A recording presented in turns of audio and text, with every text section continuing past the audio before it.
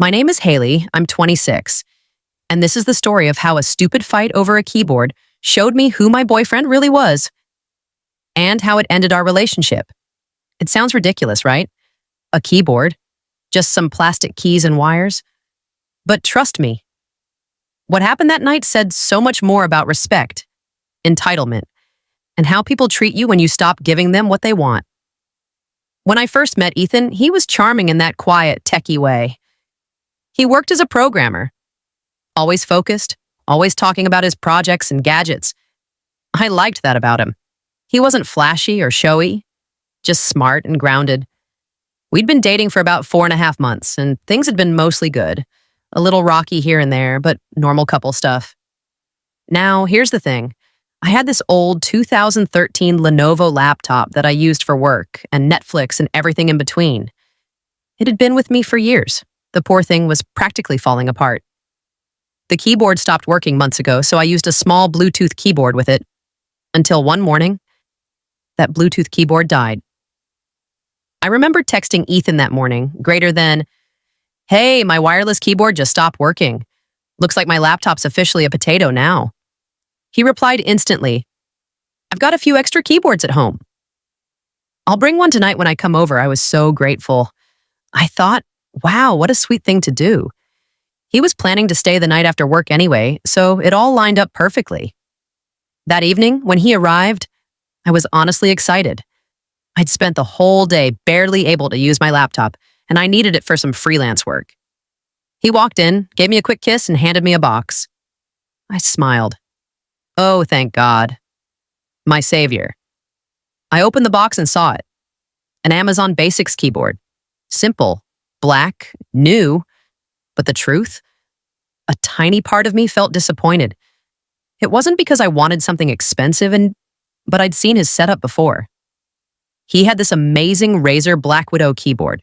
Mechanical, colorful lights, clicky keys. I'd used it once at his desk and loved it. So I asked, a little teasingly, greater than, "Wait, this isn't your nice one?" He laughed. "No, of course not. That's my work keyboard. This one's extra, brand new, still in the box." I hesitated. I wasn't trying to be ungrateful, but I said, "Oh, I thought maybe you'd bring your nicer one." "You love that one so much," he frowned a little. "Yeah, exactly. I love it. That's why I use it. I can't just give it away. It's part of my setup." I tried to laugh it off, but something in his tone felt cold, like he was annoyed that I even asked. So I said, "I mean, if I were in your place, I'd lend it to you." Just saying, that's when everything started to go downhill. He sat on the couch, clearly irritated. "Hailey, that's not the point. I use that keyboard every day. It's not about being selfish, it's just practical." "Practical?" I said. "It's just a keyboard, Ethan. You literally have 3 extras." "Yeah, and I gave you one of them. But it's the cheapest one you had." He sighed, rubbing his forehead. "So now you're complaining because I gave you something for free?" I felt my face heat up. "I'm not complaining. I just thought you'd do something a little more thoughtful, that's all." "Hailey," he said, with that condescending tone I'd started to recognize, "this is exactly the problem. You always turn something small into a drama that hit a nerve." "Drama? I just said I thought you'd bring the other one. You're the one making this a big deal." We went back and forth, and somehow a stupid keyboard turned into an argument about how I didn't appreciate his efforts and how I expected too much. Then he said the thing that really broke me. "If you think I don't value you because I didn't give you my $120 keyboard, then maybe you don't. Understand how relationships work?" I stared at him. "Ethan, this isn't about money." He crossed his arms. Could have fooled me. That's when I snapped. "Okay, then maybe next time don't act like you're doing me a huge favor when you bring over something you barely use." He looked at me like I'd insulted him personally. "Wow, you're unbelievable, Juan." He said, "You should be grateful. Most guys wouldn't even bother driving across town to help." I I said softly. Most guys also wouldn't guilt trip their girlfriend for having feelings. The silence after that was heavy. I could feel my eyes burning with tears I didn't want him to see. I said, Ethan, do you hear yourself? You're talking to me like I'm some spoiled brat.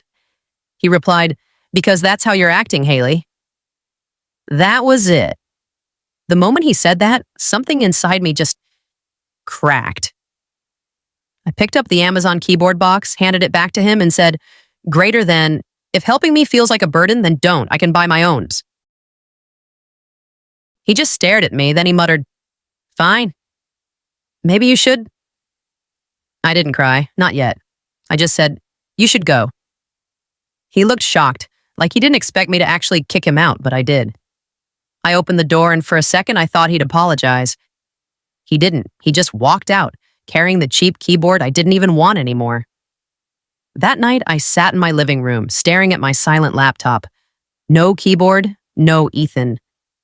Just me, realizing that this fight wasn't about keys or plastic, and it was about respect. Because when someone truly cares, they don't measure kindness in price tags or convenience. They just help without making you feel small for needing them. I replayed the whole thing in my head. Was I being entitled? Did I expect too much? Or was I just tired of feeling like everything he did for me came with an invisible receipt? A you owe me at the bottom. The next morning, he texted me. Greater than, can we talk? I think we both overreacted. I didn't reply. Not because I was trying to be petty, but because I finally saw what kind of man I was dating. The kind who equates generosity with loss. The kind who thinks saying, I love you means I own you. The next few days were quiet. Painfully quiet. No texts, no calls, just that heavy silence that fills your apartment when someone used to be there all the time. I'd wake up and still expect to see his messages. Little things like, good morning, babe. But there was nothing. And weirdly, that silence felt peaceful. For the first time in months, my emotions weren't being pushed or tested. I didn't have to explain or justify my feelings to someone who treated them like an inconvenience. I realized something. I'd been walking on eggshells with Ethan for a while. This fight wasn't the first time he made me feel small. It was just the first time I finally noticed it. It wasn't about the keyboard. It never was. It was about how he saw me. To him, everything had a price. Every favor, every nice gesture. It came with a condition. And love shouldn't feel like a transaction. 3 days later, he texted again. Greater than, I've been thinking about what happened. I didn't mean to make you feel bad. I just think we both got caught up in emotions. I stared at the message for a while. Then another one came through. Greater than I miss you, Hailey. Can we talk? Maybe start fresh? Part of me wanted to say yes and to fix things, to smooth it over like I always did. Because that's who I was. The fixer. The one who tried to keep the peace, even when it meant swallowing my own hurt. But another part of me, the one that had been quiet for too long, finally spoke up inside my head. Why should you have to fight for respect? So I didn't reply. That night, I wrote a message I never sent. Greater than, you made me feel like I had to earn kindness. Like love was something I had to prove.